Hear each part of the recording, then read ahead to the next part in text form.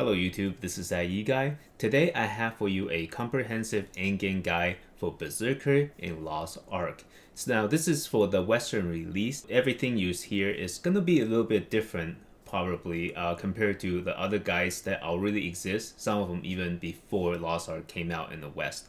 Because a lot of the current meta that people are basing off is on the Korean meta or the Russian meta.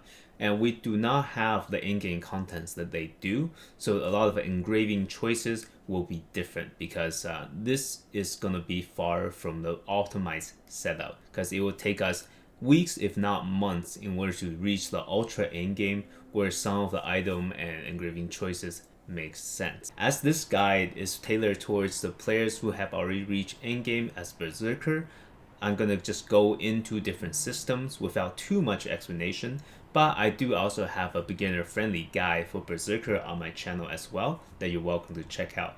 And if at any point you're confused, please feel free to ask the questions in the comment. I will try to answer as soon as possible. Or you can come into my Discord. It's a very simple Discord, but you can ask questions. I always try to respond as soon as I can. For almost every other class, the card system only provides very marginal benefit, but for Berserker, this is where we can get a lot of survivability, and this is with it using two specific set of cards. So the one I'm going to show you right now is the one you're going to be using for 99% of time until you get to the Ultra Endgame stage when you have completed all the card collections. So the good thing about this set is that all of this you can get through the storyline quest.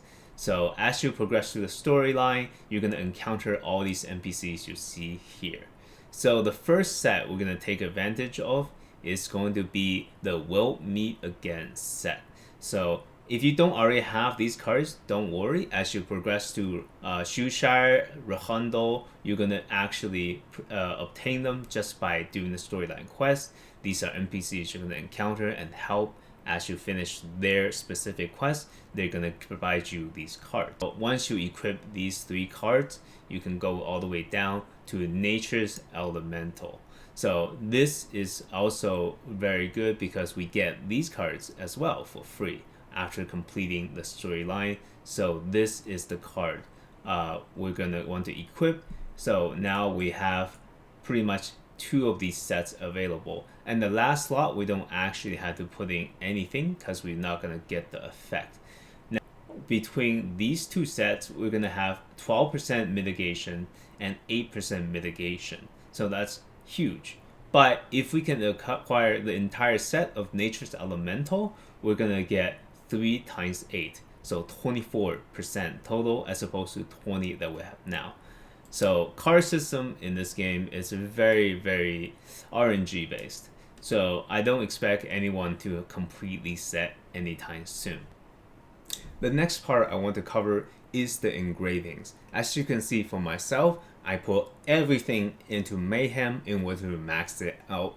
But the thing is, if you have the in-game gear, if you progress far enough, you can start maxing out multiple of these engravings.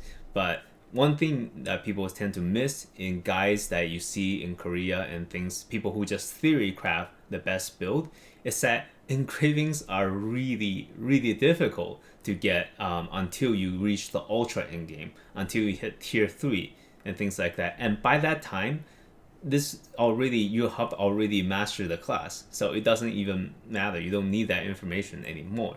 So for the next couple of weeks, for the next couple of months, what I'm going to tell you is going to be really relevant. I will include all the engravings I'm going to talk about down below in the list, in the descriptions, and as well as the guide on my Discord.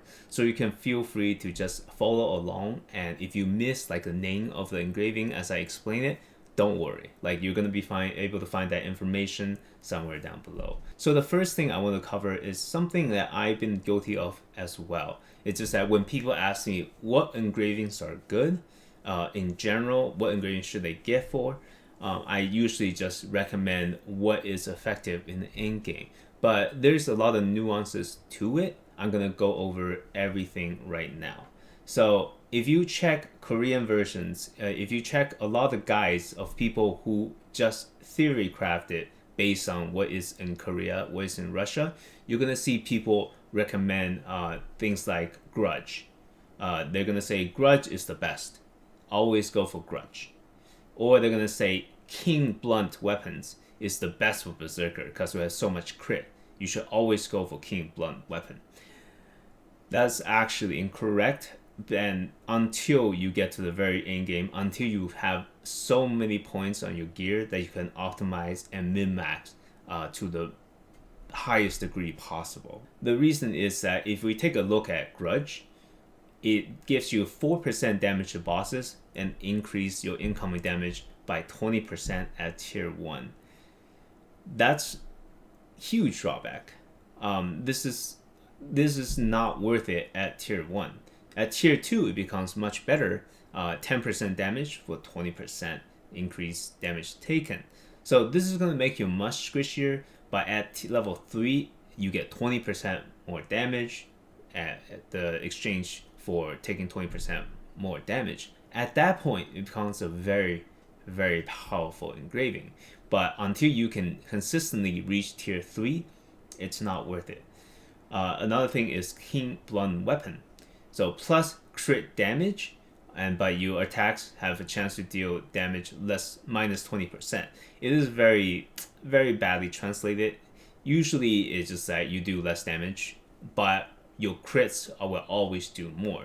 The reason everyone recommends this engraving is because in Korea, in the later versions of the game, we have so much more stats. And if we take a look at our character, right now we have 10% bonus crit. But once your stat goes to a ridiculous degree, you're going to get way more crit. Like in Korea, people will have 30% base crit. Between this and all the permanent bonuses you unlock through storyline, through exploration, and everything. So their advice is, and mathematical calculation is based on if you having 30% base crit, 40% base crit. So for us, it doesn't apply as much. So this is not as effective as some of the other ones that we could get, but it is still going to be a good node. The next one is really good for Berserker, but has similar drawback to the one I talked about, is increased mass. This one decreases attack speed by 10%, but increases attack power. At level 1, this is not going to be worth it because we're trading off so much attack speed for power, but at level 3, we're trading 10% attack speed for 18% attack power. Now this is going to be huge because a lot of it is just that it's going to make our animations a little bit clunkier, but for 18% power, if we can get it at tier 3, that's going to be really worth it. So that's pretty much the ones you need to watch out for. It's the increased mass, KeenBluntWeapon, and Grudge. These are some of the most popular ones. By avoiding them early on, we can also progress to the end game for much cheaper.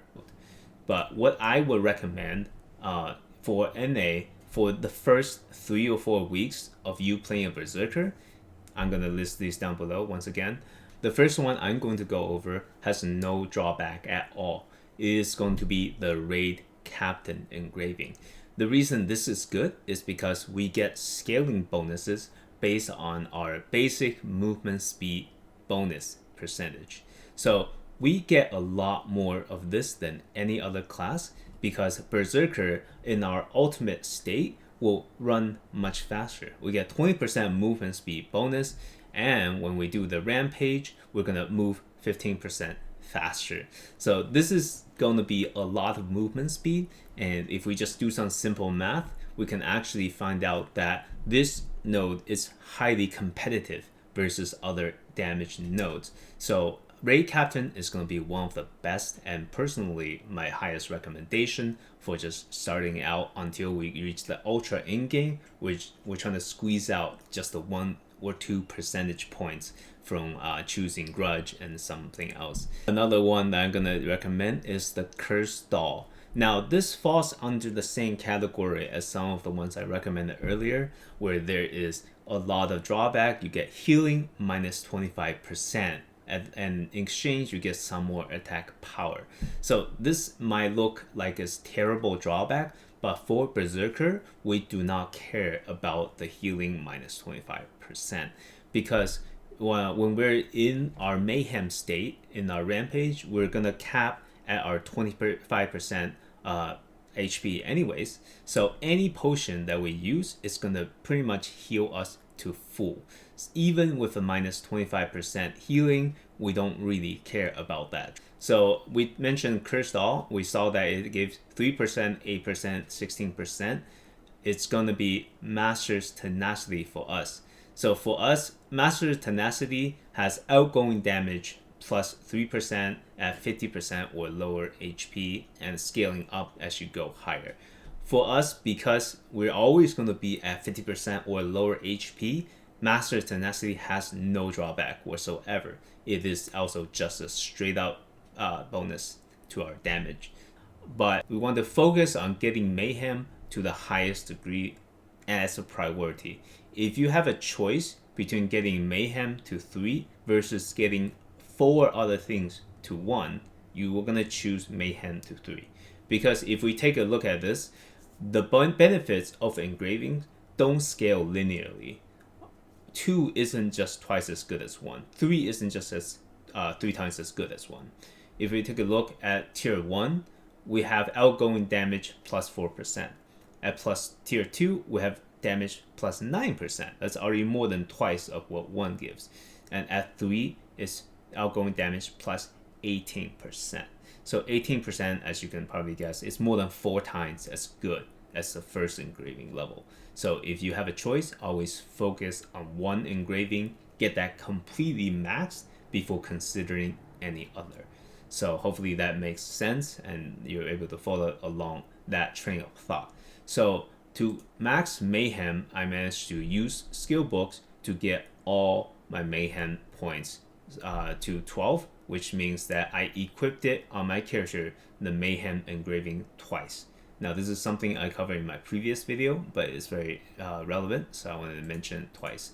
And to get Mayhem to tier 2, you're going to need 20 blue books, which is also a topic I covered in another one of my video about engraving books. Getting your engravings to a good place in the in-game is not too difficult. If you follow my advice and gotten your Mayhem books to level 2, you have engraving level 2, then each time you equip this, you're going to get 6 points into your Mayhem. By equipping it twice, all you need is going to be 3 more points from your gear. So for me, I simply equipped it 2 pieces that has Mayhem bonus on it, and this activated my Mayhem at level 3.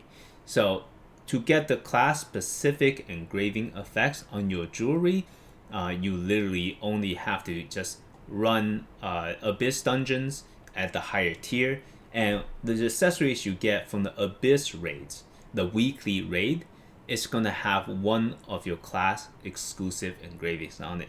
Next thing I want to talk about are runes, which you're going to get from various in-game content. And it is quite straightforward.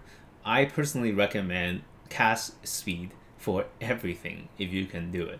And if you cannot get the cast speed rune for all your skills, simply use what is positive. For example, I don't have all cast speed, so I have chance to attack movement speed plus 8% for 6 seconds when the skill is used.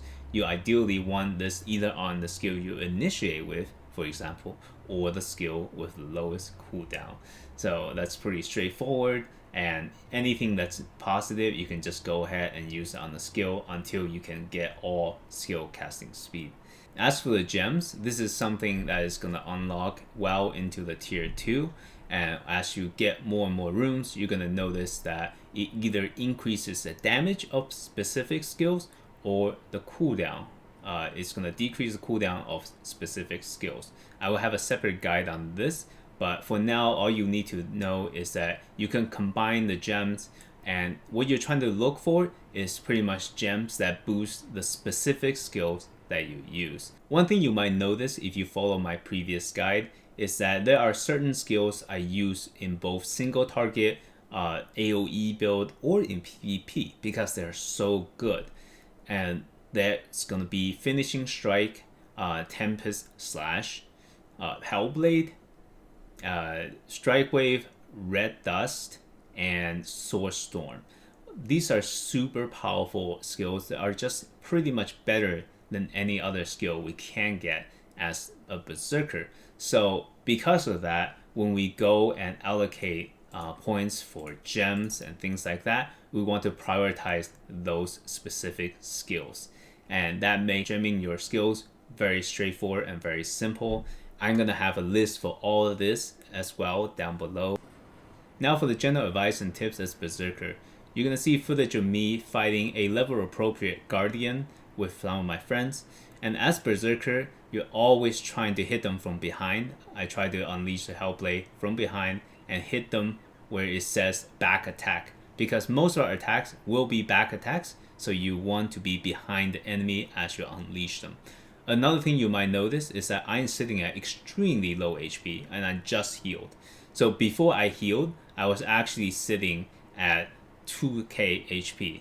That might be scary to some people. I'm literally sitting at 5% HP, but for Berserker, 5% HP is everyone else's 20% HP.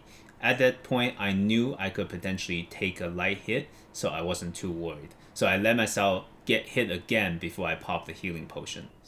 So to effectively do a lot of damage as Berserker, you actually want to capitalize on vulnerabilities of the enemy. For example, we just knocked down the Guardian boss, and now this is your opportunity to go.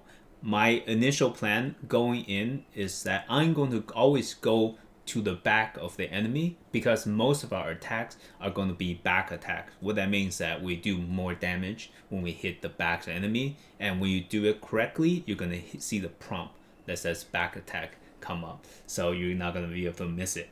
What I do is I always on the fly know that I need to chain my Q into something else, and I believe in this instance I'm going to Q immediately into Chain of Vengeance, which is my awakening skill, and that's going to do the most damage. So I go in and I'm going to use my Z to unload upon the back. You saw the back prompt flash out for a second, back attack, so that shows that I've done it correctly. But now this time I already in a split second use Q and V. Both of them went on cooldown at the same time. So Q is almost instant in terms of animation. So now I have increased critical strike chance from Q. The boss is going to take 25% more damage from me. And Chain of Vengeance unleashes and explodes for 1,000,000 damage almost. Unfortunately, it did not crit, but if it did, ooh, that's gonna be good damage right there. But you can't always control that. We do not have a way to get 100% crit chance just yet at our current gear score level.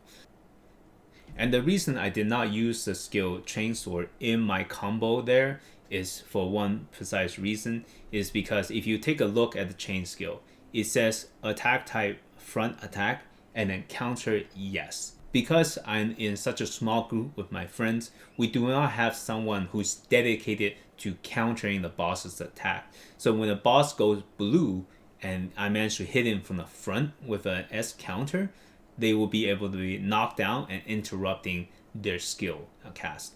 So I saved the S skill, even though it is going to be theoretically more DPS for me to use it in my rotation, precisely because I'm saving it for a moment where I can effectively counter. One thing you will notice if you ever watch my footage is that I almost never have A on cooldown.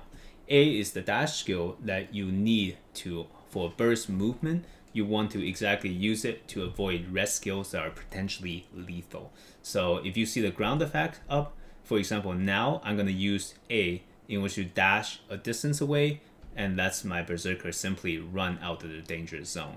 So if that was on cooldown, I potentially could have been in danger. The other evasion that I recommend people get comfortable using is going to be the dodge roll. As you see that once you do a dodge roll, it goes on cooldown for 7 seconds.